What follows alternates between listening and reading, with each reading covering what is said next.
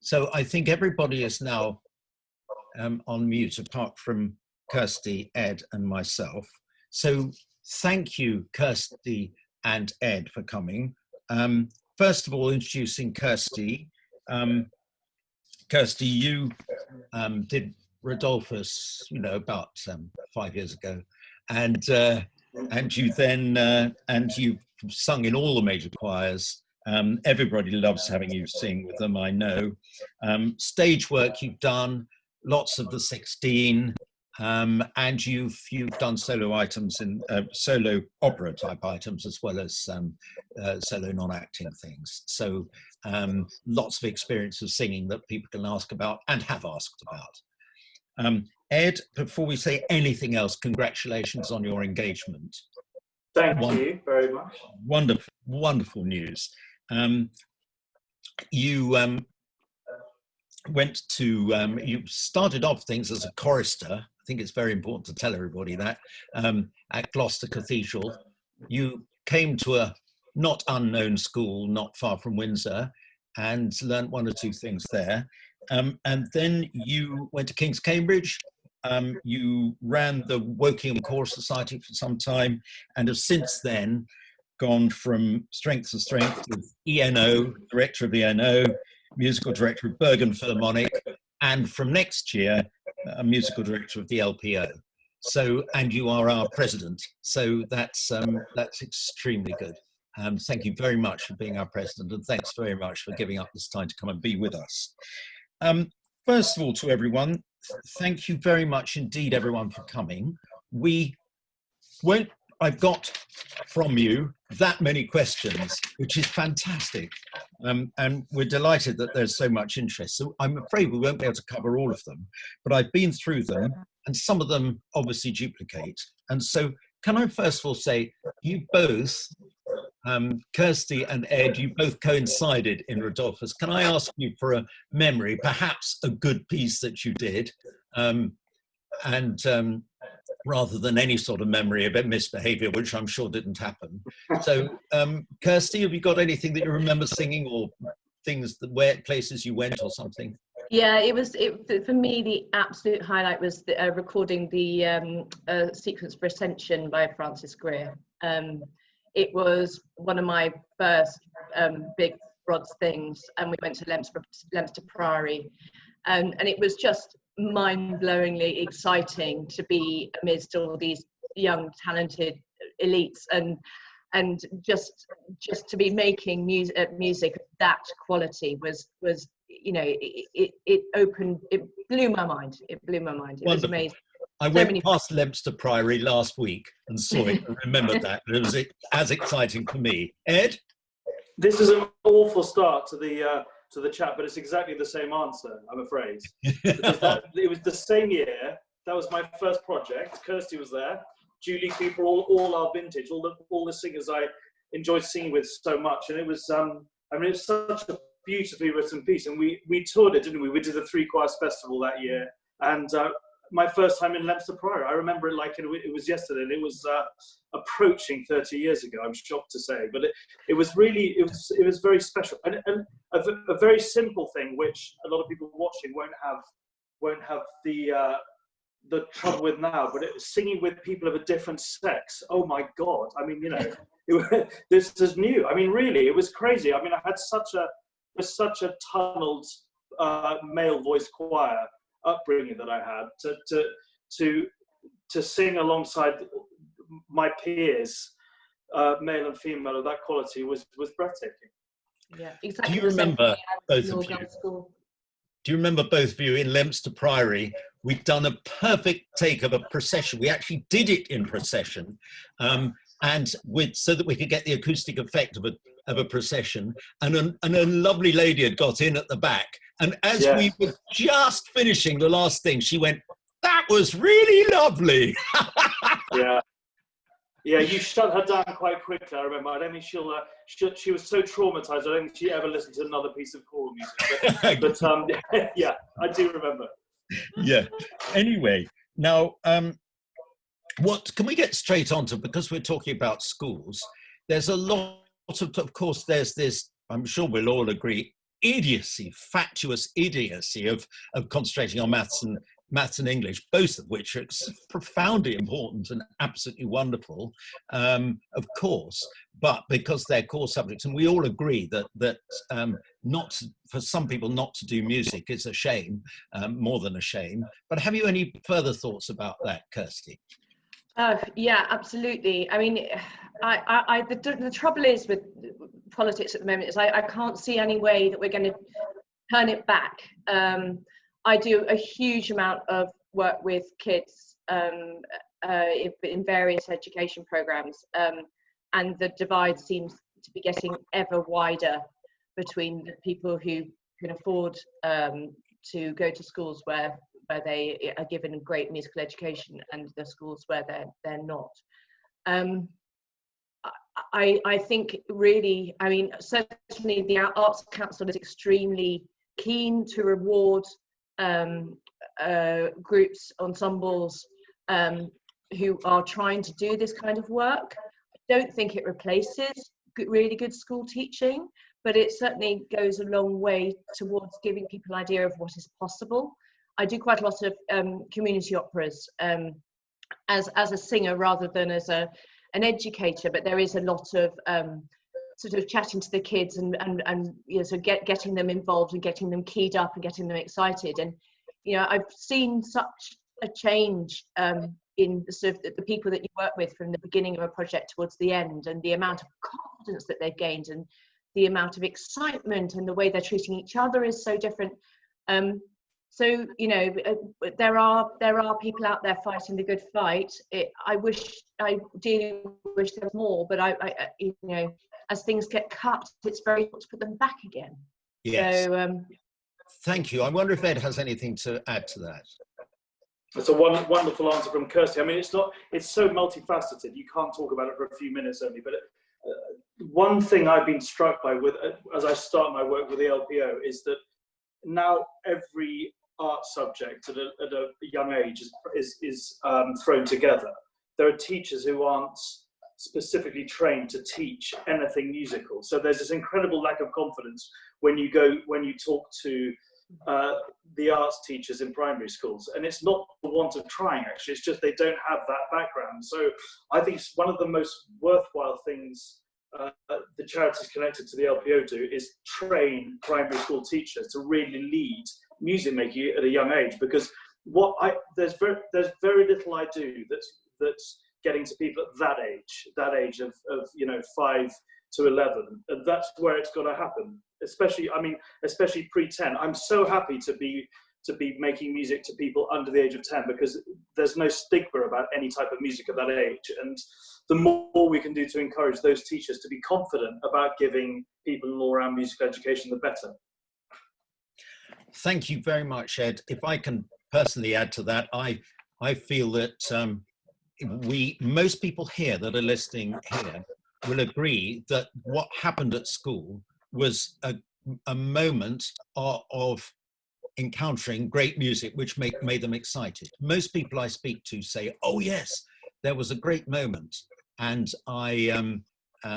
for me it was the Dream of Gerontius, "Go in the name of angels and archangels," and I thought, "Oh, I want to do this." But we can't do that without a basic level, and I was at a wonderful state school.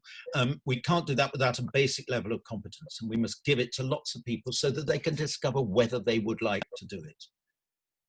So thank you very much. Ed, how does ENO compare with other opera institutions you work with? I mean, I started at ENO at a pretty young age. I hadn't done so much opera. I'd done a few years at Glyndebourne Touring Opera, but it's a wild place, and they aim for the stars, and they occasionally reach it, and occasionally there's an Icarus moment. But it was wonderful, and I got to work. One of my favourite things in my career is working with great people, whether it's soloists or orchestras, but especially stage directors, because they give you an insight into the musical tension and temperature of a piece, which you can't necessarily get yourself. So working with people like Deborah Warner and Richard Jones and David McVicker, I mean, I hope I do until the day I die, because that's a real education for me. Great. Kirsty, any similar thoughts? Oh, absolutely. I couldn't agree more. I mean, as I say, I absolutely love doing stage work. I did a lot of acting when I was younger, and my sort of career has sort of slowly taken me back there, and I feel so passionate about it because it does give you all kinds of insights into the music that you just don't have just standing in a concert situation. And on top of that, you get to be, I think, a lot more free when you're sort of moving around a stage. It's a very different beast and a very different way of working with other people. You know, I've done work with, as I say, I've done a few chamber operas, and I've done some community opera, and then I've done some sort of weird and wild projects with dancers as well. And every time I work with sort of different people, I did some work at the Globe with a whole lot of actors. Every time you do work with these different people, they shine a whole different light on the way that you think about things and the way that you approach things. And they have their own magic that you can learn so much from.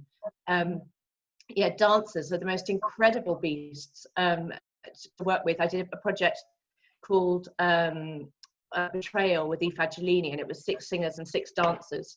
And essentially, all killed each other and then killed ourselves. But it was the music of Gesualdo, and it was such an intense. It was all from memory, with no conductor, and we were in enormous spaces. I remember Matt Long, the tenor, was a good sort of almost a football field away from me, and the sort of the all the direction that went into it was really, really incredibly powerful because it was a very upsetting sort of setup. But then on top of that, we had these sort of logistics all the time that we were working with. And so by the end of that project, we had this group of people who could not have been closer and understood each other and felt understood. All the sort of usual rivalries about who's doing what had all fallen away. And it was this incredibly bonding experience. It's really special. Isn't it wonderful how music can do that? Yeah. And it just does happen. You're standing next to somebody who's singing the same thing and some magic happens. And let's hope we can get on with it again soon. Ed, difference between orchestral and choral conducting, combined with the question, what can somebody who wants to be a choral conductor do? What should they start doing?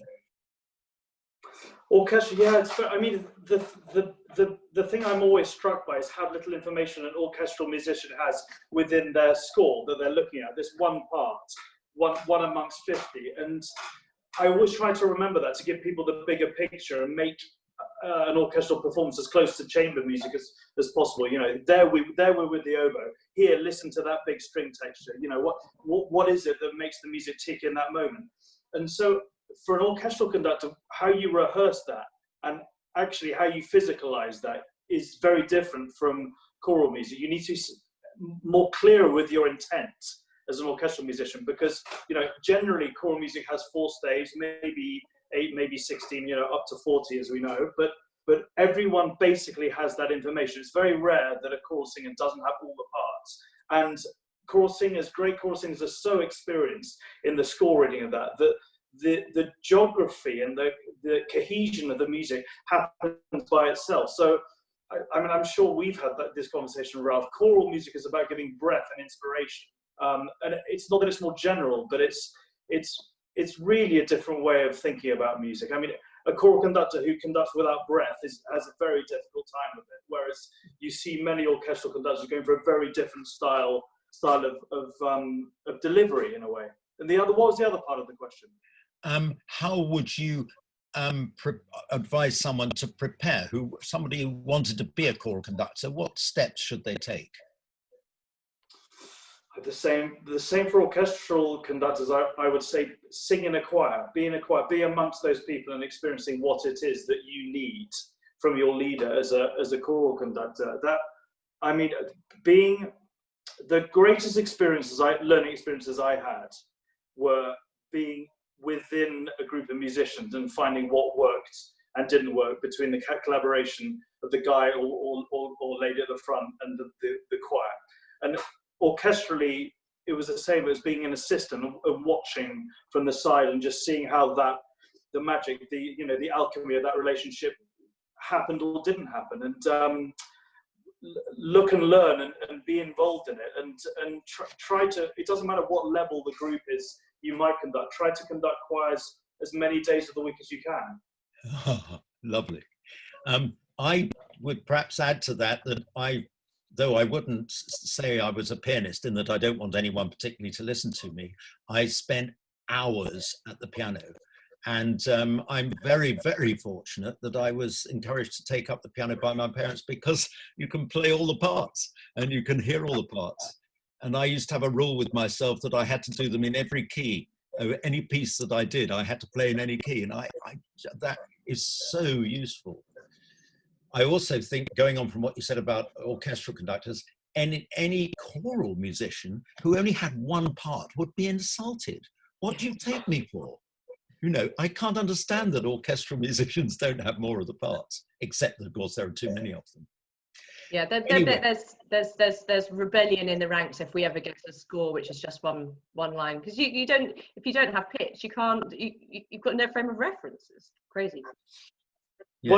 One of the scariest moments I had as a singer was doing the Speminalium for the first time. You only get your little choir, that little 5-part choir. I couldn't believe it. It's so, it's not in our nature at all as choral singers. But yeah, I try with orchestras. I really try and remember how little information they have in front of them. It's what makes their antennae so incredible at the top level. Yes, that's fantastic. We mustn't get onto stories about Speminalium, of which there are about 40 really funny stories, but we'll have a separate session on that sometime. I've got one from Toby Belfield, which here, in your early musical days, you were described as a gifted pianist, and you played in a performance of Brahms' Piano Concerto No. 1. Have you ever conducted Brahms' first piano concerto? And if so, would you say you preferred conducting it or being the soloist? Yeah, I mean, you were standing behind me conducting as I played it. I left a few notes in the left hand out, shall we say, in the, it was there, wow. Here's my score that I used. Strangely, I mean, so that must have been in 1993. I've only in the last 3 years started conducting it as a piece. It's very, very hard because of the wide, big 2 in a bar that first movement's in. But I had the privilege of conducting it with Leif Ove Asnes, who's one of the world's great pianists in London about a year ago. And yeah, to be with a proper pianist is the real thing. But I have to say, the second movement, that is one of the most beautiful things to play. And it's really, the orchestra is it's a cushion for the piano to sing on top of. And yeah, I was envious of him playing the second movement and very little else, I have to say. It's not my métier anymore, for sure. What is your favorite opera, Ed? That's a tricky one. That goes in, I'll give you a few I love. I love Peter Grimes. I've done it a lot. We just recorded it, and that's going to be coming out soon. My favorite experience in an opera house was with Richard Jones, the great director at English National Opera, conducting Meistersinger, which is, one of the great, I mean, it's an ode to music making itself as a piece of music drama. And it's miraculous to try to come to terms with it and find a line through the piece and find all the joy in it. And to conduct something of that length and that stature was really a privilege. It brought it home to me quite how long it was, but you don't feel it while you're conducting. But the person playing percussion for me, Joe, he played triangle at the beginning of Act 2, went to watch Arsenal versus Napoli at Highbury, at the Emirates, and then came back for the final scene in Act 3, which basically just shows you how, the width and length of that piece. The opera straight, I mean, I'd love to conduct more and more Wagner through my career. I love Janacek. But the opera that doesn't let me go when I conduct it, and I don't sleep because of its primal melodic quality and genius and sorrow is Onegin by Tchaikovsky. That's the one that holds me tightest when I'm around it, and it's really, in a way, that piece sums up what opera can do. Absolutely. Amazing. Can I just tell you one thing? Triangle player in Meistersingers, you go ting to indicate in the overture when all four themes come together. Isn't that right? Yeah. So I'd love to be the triangle player, just go ting and then go to a match. That's brilliant. Kirsty, one question which is asked of singers a lot by young singers is when to go to music college and whether to go to university first. And it's a thorny one, different for different voices. It certainly is. I mean, generally, I would say go to university first, and then go and do a postgraduate when you're ready. There are, without question, exceptions to the rule. Lucy Crowe went in as an undergraduate, and you know what's happened to her. So she's there are people who've done it, but I think quite a lot of people feel that quite a lot of the energy of music colleges really is devoted towards the people on the postgraduate course and the opera courses.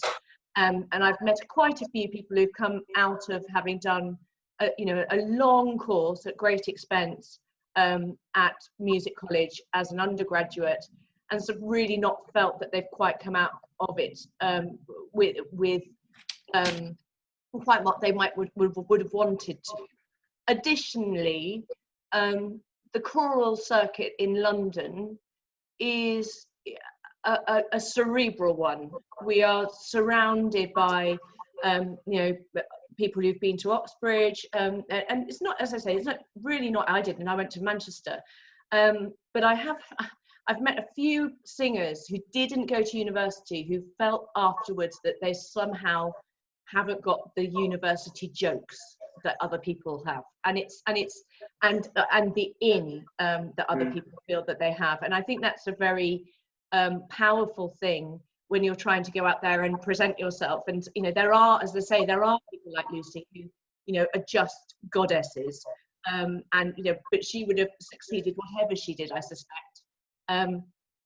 The other thing I would say about postgraduate degree certificates and diplomas is, bide your time until you're ready.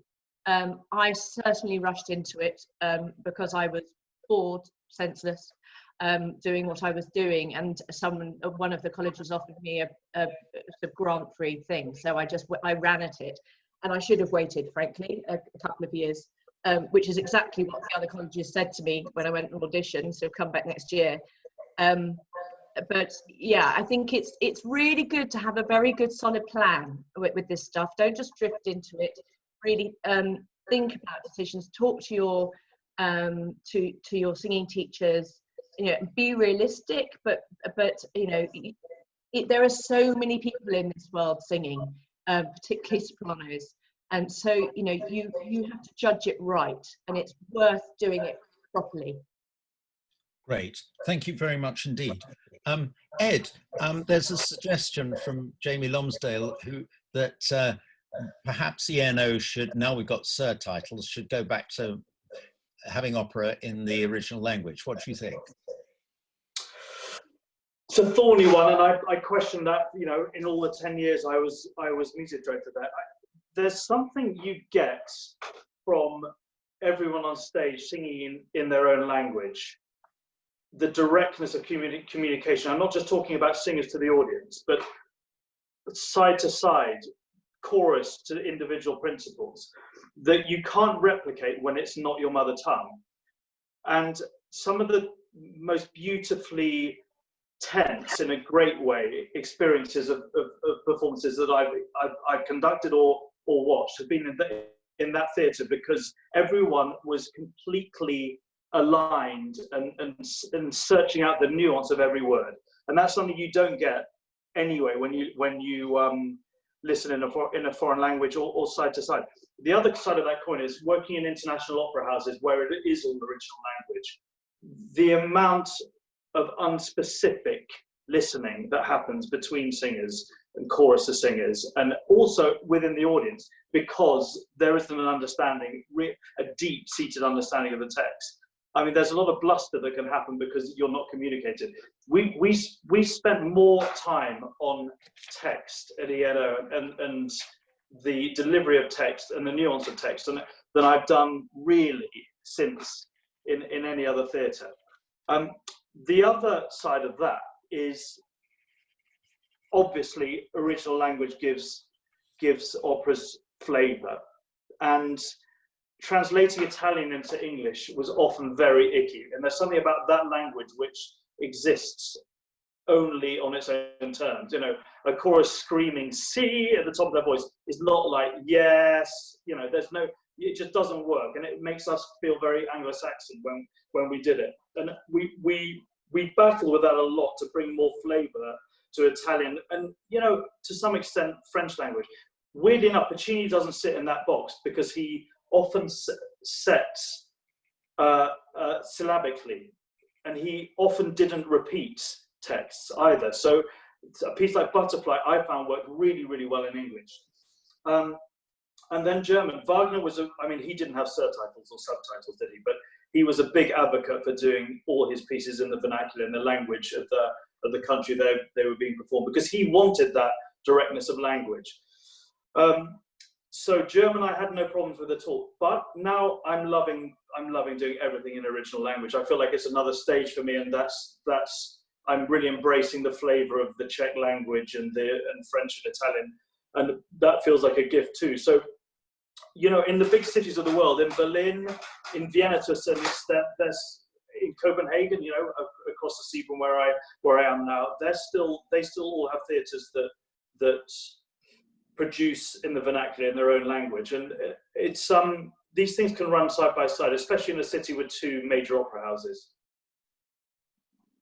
Thank you very much indeed. Can I ask you both, in your career, it's a slightly personal question, how often are you at home and how often are you touring and around? Obviously not in the last 6 months, but and to what extent should that be a consideration with people thinking of it as a career? Because it's something you perhaps don't, when you think of the glamour of being a professional musician, you don't think, well, what about when you're away from home over and over again and you can't eat the food that you want and all that? Kirsty, what do you think? Yeah, it's really tough. I'm a member of the 16, and we do a lot of international travel and national travel. So when we're up and running, I'm probably this week. I have to say, I didn't really think about all of this.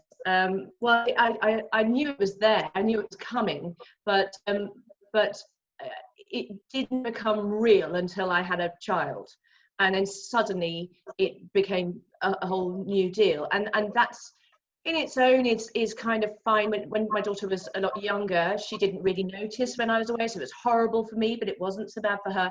But as they get older, they start needing you around, and it really is very, very hard. And you find, you know, you do find, I find myself in a constant situation of feeling, you know, that I'm going to work, you know, particularly when she was little, going to work and you barely slept all night, and then you come home and you feel like sort of half month because you've been working so hard. Having said that, I mean, the places I've been, you know, I've sung in the Sydney Opera House, I've Palace of Versailles, you know, it just so wonderful. I mean, generally touring, you know, as a choral singer, or even as a soloist, is not very glamorous. You don't get the really, really posh hotels every now and again. It does happen. These days, more often than not, because the budgets are so tight, certainly for choir things rather than solo stuff, they will try and fly you out on the day that you're doing the gig. So you might have a 5 o'clock or 6 o'clock at Heathrow, and then you know, you'll arrive in somewhere in deepest Austria, and you'll desperately try and find a piece of lunch or something in the 10 minutes that you've got, or lie down and try and have a snooze, and then you'll have a rehearsal, and then you'll have a concert, and you realise you've seen absolutely nothing but the inside of an airport, a bedroom, and the concert hall. And then you to try and get something to eat and drink afterwards, fall back into bed, and 4 o'clock you're off again in some bus, you know. So it's not quite as glamorous as there's a very funny book, or a couple of funny books, written by an old pupil of mine, my first sort of serious professional singer, Christopher Gillett, who has written about the presumed glamour of being a solo singer, and all of his stories about how unglamorous it is, and they're all funny. So if you want to read about it, Christopher Gillett. Ed, anything to add to that? Yeah, I mean, I'm in a slightly more fortunate position. I don't have to do that sort of touring that Kirsty does, where you fly in for, you know, a day and a half in place. I don't know how anyone copes with that, really, but because by being a guest conductor, you're with a group of musicians for a week at least, and if it's an opera, it's 2 months. So you're settled in a place, and you can explore it properly. Having said that, I mean, the allure of the actual traveling has definitely gone for me. But, you know, as a guest conductor, I mean, as Kirsty says, you get to experience these wonderful places, but also you get to experience the different cultures of orchestral playing and operatic singing in different places. I mean, traveling to Milan, to America, to Paris, and just seeing those different cultures enacted within the music making, that's a real privilege to be able to do that. Ed, I've got a question here. Looking back to Eton, were there times when you were encouraged to conduct, and how did that happen? Did you write that question, Ralph? No, exactly. That's why I was trying to leave myself out of it. Yeah. In fact, leave me out of it. You were wonderful about that, and that's what I think. Even on the day because it wasn't my world, that school, at all. I mean, I came from somewhere very different, as you know, but like many musicians who went to Eton. But I remember you saying, you know, it's a school that just encouraged you to be passionate about something, whatever it is. And, you know, you were the embodiment of that in many ways. And yeah, you let us all conduct. I mean, I conducted introits and things, and you encouraged us to put performances of small ensembles together, and that was wonderful. It gave you a confidence, even though I'm sure we had no idea what we were doing, but it gave you a confidence at that age to take forward. And confidence is a precious thing, isn't it? And it waxes and wanes through your life. But that was a period where I was certainly given it, and given a help with that. And it's a very strange career, waving your arms around in thin air and not making any noise. And you really you helped me and many others, you know, feel we had something to give. Thank you. I think, didn't I take you to a workshop at the Academy in which Colin Davis was conducting? Yeah, a few. Those are wonderful, weren't they? And Roger Norrington as well. That was. Oh yeah. We did that. Yeah. You know, towards the end of my time at Eton, and then I went on to the Academy very happily for 3 years after university. And you had Colin Metters, and yeah. I think you then inspired me, because I to go to Colin Metters for a few lessons, because and I thought it was about orchestral conducting. You know, my choral conducting was fine, sort of thing, but he transformed all my conducting. It was brilliant. Yeah, I mean, it's I find conducting tuition, that's another dark art, isn't it? But yeah. But I think what he gave me most of all was the ability to analyze better what I'm doing physically and the results it has on the music making. And if you're able to do that to any kind of extent, you can grow, and that's what we're all here to do, isn't it? And hopefully I have a few more decades of it, and you can continue that growth. Somebody has asked, is it possible, who should they get in touch with to attend rehearsals at, say, ENO, or, you know, generally speaking, if you want to attend professional rehearsals, who should you contact? This is something which I found I was very shy about when I was the age of maybe lots of people on this Zoom call. But it's if I ever get an email from someone, or the administration of an orchestra get an email from someone saying, look, I love this program, I would love to come and watch 2 days of these rehearsals. It's very rare. You'd have to be a pretty strange institution to turn them down, or Yes. not engage with the conductor who's doing it.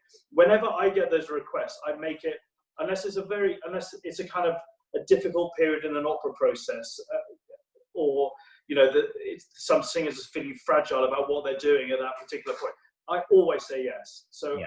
I encourage you all to get in touch. So be bold. Be bold, yeah. I've got one rather sad question from someone who conducts a choral society, and it's all going terribly because of COVID, and should they give up? I'd like to just say to everyone, please find the best in it. Find ways in which we can learn to do things better. There are people who do the Zoom putting together of things, like our wonderful Alex James and Matt Norris, who put together our Virtual Evensong, which I was so pleased with. And we can do that with choral societies. You have to find out how to do it, but everybody be positive, find the best, learn things. And at the age of early 20s and younger, that's a time when you think, oh, am I going to make progress now? Am I really going to take a leap? And then everybody's slightly worried because I can't make progress during this time. My answer is, one, you're all in it together. So give each other encouragement and acknowledge that you have that problem. Two, read things, prepare things, practice things, and be good to everybody, be generous to each other. And with any luck, we'll come out of this together and things will go well. Rodolfus Choir, by the way, everyone, will be having auditions for it if people want to join it, and everybody is welcome to do that. So I think we're aiming for half an hour, knowing we might go on to 40 minutes. I'll just see if anything else arrives in the chat, desperate, from somebody who hasn't been answered, and we really should answer. In the meantime, anything else to, here we go. Conrad Boyle, yes, we've done yours about how to sit in. That's fine. Anything in conclusion that either of you, Kirsty or Ed, would like to say? Ralph, can I just add to what you said about what we do in this period? It's that age group that I feel sorriest for, actually. You know, I've had a decent run of things. You certainly had a decent run of things, Ralph, you know. But, you know, I'm mid-career and I've had a wonderful couple of decades of working professionally as a conductor. And that age, 20 to 25, can be a time of huge insecurity as a musician, because you're growing like crazy. Your mind's going, you know, it's sparking everywhere with great creativity. And not to be able to put that to use is really hard. And all the stuff that we do, talking it down a little bit, it is a stopgap. And you know, if you're not enjoying putting choral society rehearsals together on Zoom, you're not alone. And if you're not enjoying the results of you know, social distance performances, that really, we're our community together of musicians, aren't we? Longer for large groups of singers than it is for orchestras, I think. But it won't be that long, and we'll come back and as Ralph says, we'll have learned a huge amount in this period. Also to say, I mean, there's the research coming from Declan Costello, which they've been trying to push the results through for singing. It's been particularly harsh on singers, and I feel for all of you out there who just love your singing, whether it's, you know, professionally or you know, in choral societies and that kind of thing. The government are very aware of the industry's concerns and fears, and they are trying to get things moving. So I hear all kinds of whispers about stuff, you know, maybe sort of announcements coming. So don't lose heart. It's horrible, and I completely understand, but you know, we will come out the other side of this, and there will eventually be a vaccine, and then hopefully life can go back to normal again. Thank you, Kirsty, very much. And thank you, Ed.